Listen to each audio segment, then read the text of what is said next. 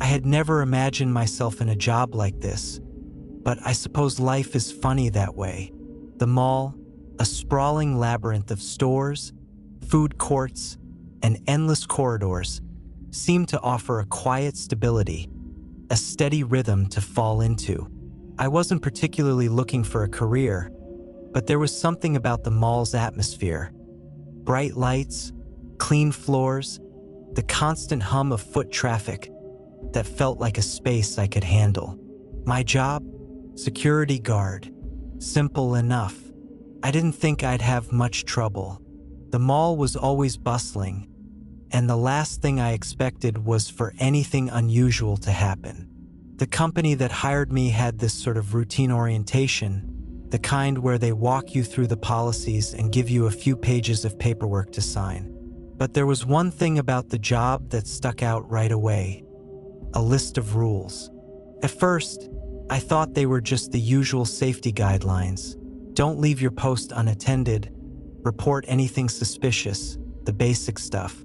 But as the HR manager rattled them off in a tone that didn't quite match the calm atmosphere, I realized this wasn't your typical gig. The first rule was weird enough. Rule 1. The security cameras are always on, but if you notice them adjusting to focus on you more than 3 times in a day, leave. Don't run. Don't make a sound. Just walk calmly to the nearest exit. The cameras aren't looking for a security breach. They're watching for prey. I blinked, trying to take in the weight of the words. The cameras watching for prey? The manager didn't pause, didn't even give me a chance to ask. She moved right on to the next one. Rule 2. Do not enter the children's play area when it is empty. The sound of giggling or whispers may lure you there, but resist the urge to investigate. The laughter doesn't belong to children, and what's waiting for you is far worse than what you can imagine. That sent a small chill down my spine. The idea of something so wrong lingering in a play area, a place that should be filled with innocent energy, made me uncomfortable. But I didn't let my face show it. I just nodded, the same as everyone else in the room. She carried on. Rule 3. You may occasionally see a group of figures standing together in the distance. They won't move or make any sound. Avoid walking toward them, no matter how harmless they appear. They're not watching you. They're waiting for you. This one was strange. Figures standing still, waiting? What the hell kind of place was this? But again, the manager didn't let up. Rule 4. If you hear the sound of carts rolling but no one is using them, check the ground for tracks. If there are none, you need to find a nearby shelving unit or tall display to climb before it finds you. Stay elevated for at least 5 minutes, but don't go too high. Being closer to the ceiling may make you more noticeable to the things that move there. After 5 minutes, climb down and resume your shift.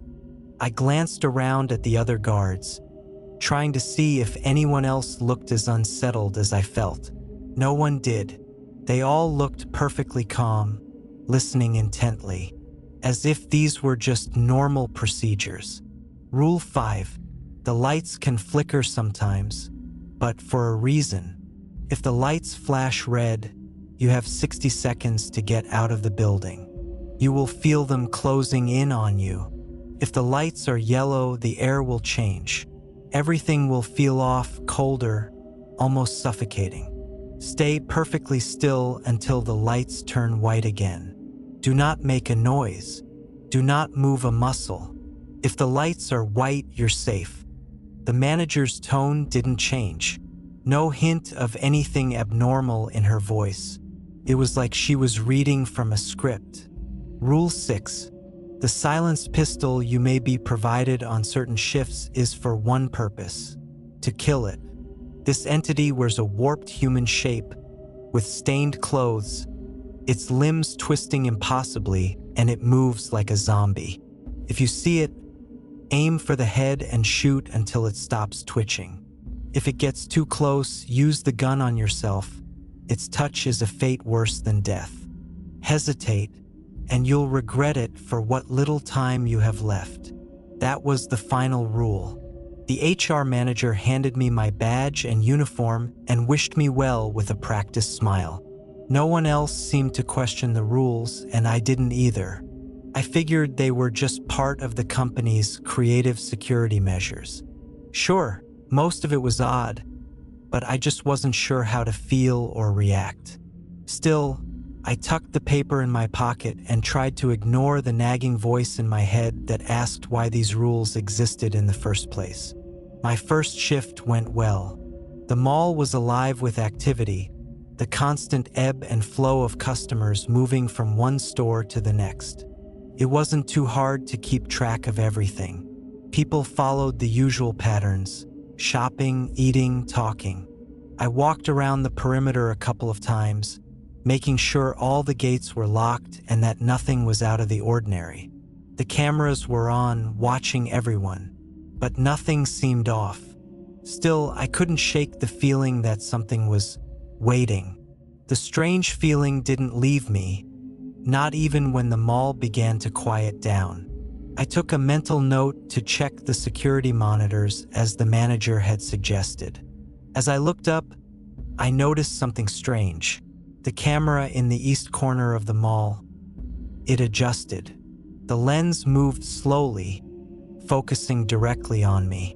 I froze for a second, wondering if it was just a glitch, but then it happened again and again. The camera shifted, adjusting its view, and for a moment, I felt an unsettling prickle on the back of my neck. I quickly glanced around, trying to keep my cool. No one was watching me, but I couldn't shake the thought that something was. My gaze locked with the camera again as it swung its lens toward me a third time. The rule flooded back into my mind. If you notice them adjusting to focus on you more than 3 times in a day, leave. Don't run. Don't make a sound. Just walk calmly to the nearest exit. I wasn't sure if I should trust it. After all, it was just a camera. But what if it wasn't? I forced myself to swallow my unease and walked calmly toward the nearest exit, my footsteps echoing softly in the empty hallway. I kept my head down, moving slowly as I thought maybe I was being tested to see how well I could follow instructions. I didn't run. I didn't even let myself think about running. I just left. The next day, the unease lingered in the back of my mind. I couldn't get the images of the cameras focusing on me out of my head. But life moved on. I returned to work with the same neutral mindset, trying to push any lingering thoughts to the side. It was easy to fall into a rhythm, check the cameras, walk the aisles, and monitor the entrances. The mall was packed again, a chaotic swirl of faces and voices, most of them unaware of the strange things happening just beneath the surface. The first few hours went by like any other shift. Nothing seemed out of the ordinary.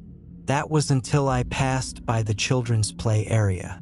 The colorful walls and plastic structures were silent, empty, save for a few scattered toys. I was about to walk past when I heard it, the faintest sound, barely audible over the noise of the mall. Giggling, high-pitched, childlike, and wrong. I stopped in my tracks, my heart rate picking up. It wasn't just laughter. There was something off about it, something that didn't belong. A whisper followed, soft and indistinct, but it chilled me to my core. I found myself stepping closer, drawn in by the eerie sound. Part of me told me to just walk away, but I stood frozen for a moment longer, staring into the empty play area. The laughter grew louder. It was as if it was coming from all around me, echoing off the walls. I glanced toward the entrance, looking for any sign of life, any child, any adult, anything to explain the noise. But no one was there. My pulse quickened. Rule 2, I remembered. Do not enter the children's play area when it is empty. The sound of giggling or whispers may lure you there, but resist the urge to investigate. I turned sharply, my steps quickening as I forced myself to keep walking. I ignored the laughter, the whispers, as best I could, my heart pounding. But as I moved further down the hall, the sound seemed to follow me.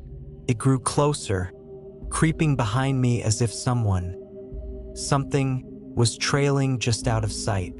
I tried not to look back, but I wanted to turn, to see what was there. I fought it. The whispers faded, but the hairs on my neck stayed prickling, the unease still heavy in the air. I had to shake the feeling, had to focus on the shift. The rules were there for a reason. I couldn't afford to let myself get distracted. It wasn't until hours later, near the end of my shift, that something else happened. Something that would stay with me far longer than the laughter.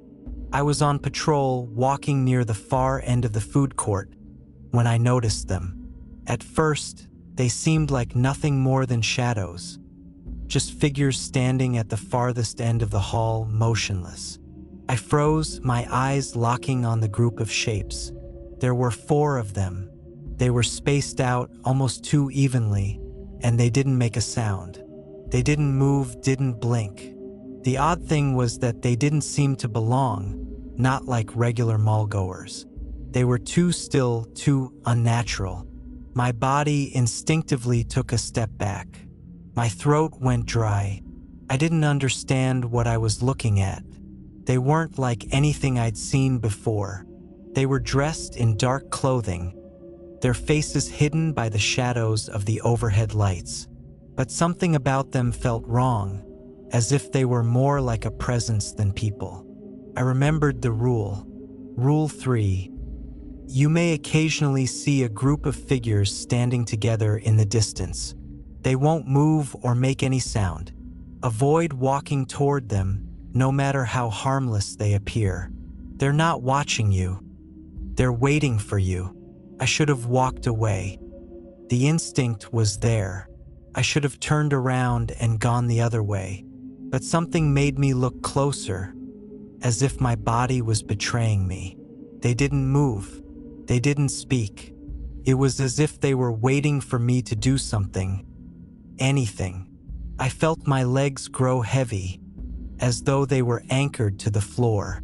I stared at them for a long time, trying to decipher if they were real or just some trick of my mind. But no, they were real. I could feel it. My chest tightened as I slowly took a step backward, my eyes never leaving them. Something in my gut told me they were no longer just standing there. They were anticipating my next move. I had to leave.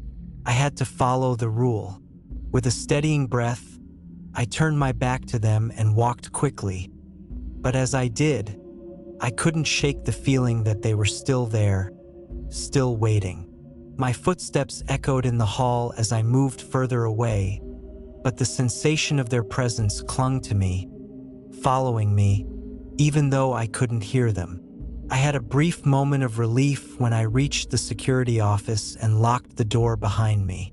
I sat in front of the monitors, watching the feed, trying to distract myself. But my mind kept going back to the figures, to the way they didn't move, the fact that they didn't make a sound.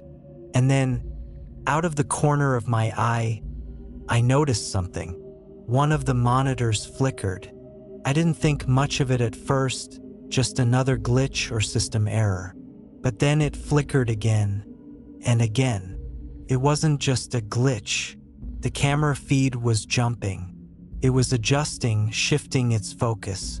But this time, it wasn't just the regular security cameras that were active. One camera zoomed in on my position. Another shifted to follow my movements. It was the same as before. The cameras were focusing on me. My blood ran cold. I gripped the edge of the desk, watching in disbelief as the cameras moved in sync, centering in on me. The same feeling from yesterday surged back into my chest. I remembered the first rule. Rule 1.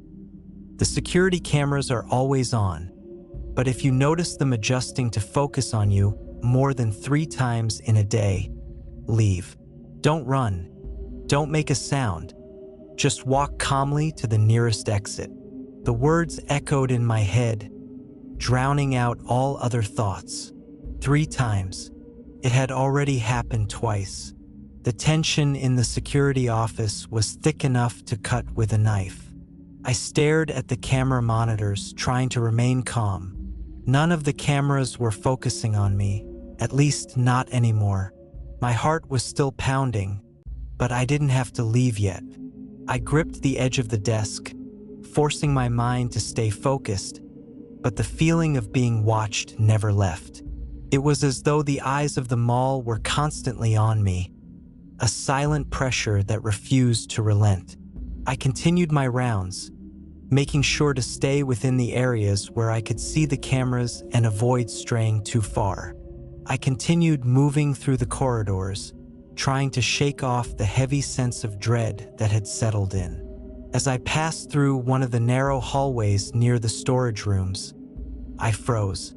A figure stood at the far end, just out of the reach of the dim lights, its shape barely discernible. It was like a person. No, not a person. Something was wrong with it. It was wearing tattered clothes, its limbs twisted unnaturally, bent at odd angles. My stomach churned as I realized it was the thing I'd read about in the rules, the entity described so clearly in black and white. This entity wears a warped human shape, with stained clothes, its limbs twisting impossibly, and it moves like a zombie. I wasn't provided with a weapon tonight. My breath hitched. I had no way to defend myself. I slowly began to back away, but then it happened. The thing's head snapped toward me, its eyes, no holes, locked on mine. I felt an icy chill crawl up my spine as it took a step forward, then another. It moved faster than I thought possible, its limbs jerking with each step, like something that wasn't meant to move at all. I turned and bolted, running as fast as I could, my heart pounding in my chest. The sound of its feet slapping against the floor echoed behind me, its groaning voice barely audible over my frantic breathing. I raced down the hallway, pushing past doors, not daring to look back. Finally, I reached a small supply room. My fingers fumbled with the handle, and I slammed the door shut, locking it behind me. I pressed my back to the cold metal, trying to slow my breathing. From the other side of the door, I could hear it moving, slow, relentless. I didn't know how long I stayed there, but eventually, the sound stopped. No more groaning, no more footsteps. I waited, unsure if I'd be safe to leave. But when I finally gathered the courage to peek through a crack in the door, I saw nothing. The hallway was empty. It was over for now. As I attempted to leave the mall for good, I heard the unmistakable sound of wheels. At first, it was distant, but it grew louder, like a cart rolling down the hall. I froze, my hand instinctively reaching for the radio at my side, but I quickly realized no one was nearby. The sound wasn't coming from an actual cart. There was nothing there. I knew what that meant. Rule 4. If you hear the sound of carts rolling but no one is using them, check the ground for tracks. If there are none, you need to find a nearby shelving unit or tall display to climb before it finds you. Stay elevated for at least 5 minutes, but don't go too high. Being closer to the ceiling may make you more noticeable to the things that move there. Couldn't ignore it. I looked around quickly, spotting a tall shelving unit just to my left.